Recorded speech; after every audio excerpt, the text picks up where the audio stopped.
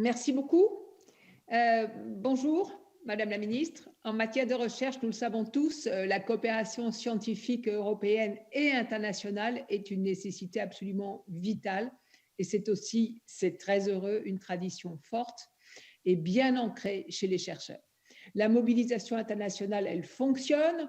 On l'a vu et on le voit avec l'essai clinique européen Discovery. Vous en avez parlé avec le projet de recherche vaccinale contre le Covid-19 porté par l'Institut Pasteur en coopération avec l'Université de Pittsburgh et l'entreprise Themis en Autriche.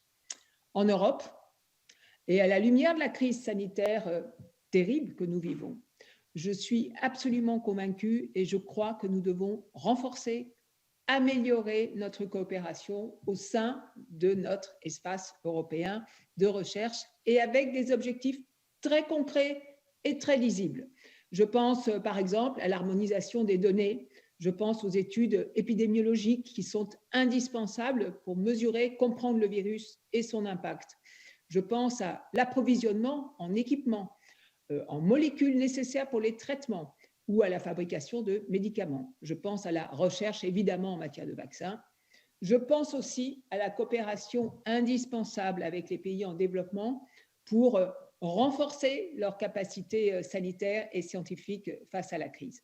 Sur toutes ces questions, je souhaite vraiment, Madame la Ministre, que la France soit à l'initiative et manifeste concrètement sa volonté de faire plus et de faire mieux ensemble pour que l'Europe de la recherche puisse devenir demain une réalité pour tous nos concitoyens. Je serais heureuse de vous entendre sur toutes ces questions et sur la vision apportée.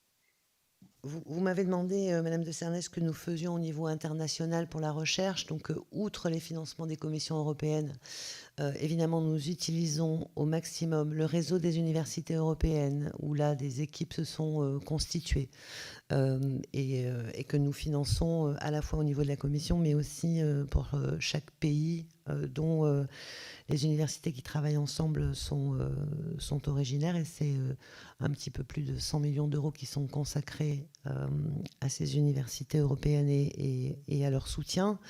Nous travaillons, comme je vous l'ai dit aussi, sur des appels à projets spécifiques pour les pays du Sud, et ça, évidemment, c'est l'IRD qui est tête de pont, si je puis dire, avec le CIRAD sur ces questions-là.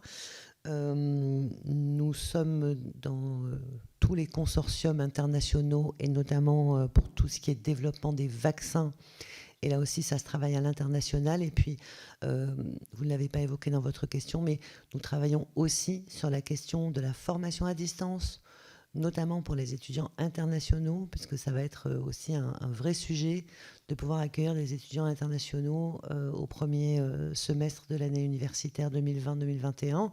Donc là aussi, nous travaillons notamment avec le ministère de l'Europe et des Affaires étrangères et nous utilisons au maximum les campus d'établissements français déployés à l'étranger et nous sommes en train de construire une véritable offre de formation à distance pour ces étudiants internationaux. Et puis évidemment, nous allons essayer au maximum de voir comment est-ce qu'ils pourront rejoindre le plus vite possible les formations. Mais là, nous sommes évidemment dépendants de l'état sanitaire général.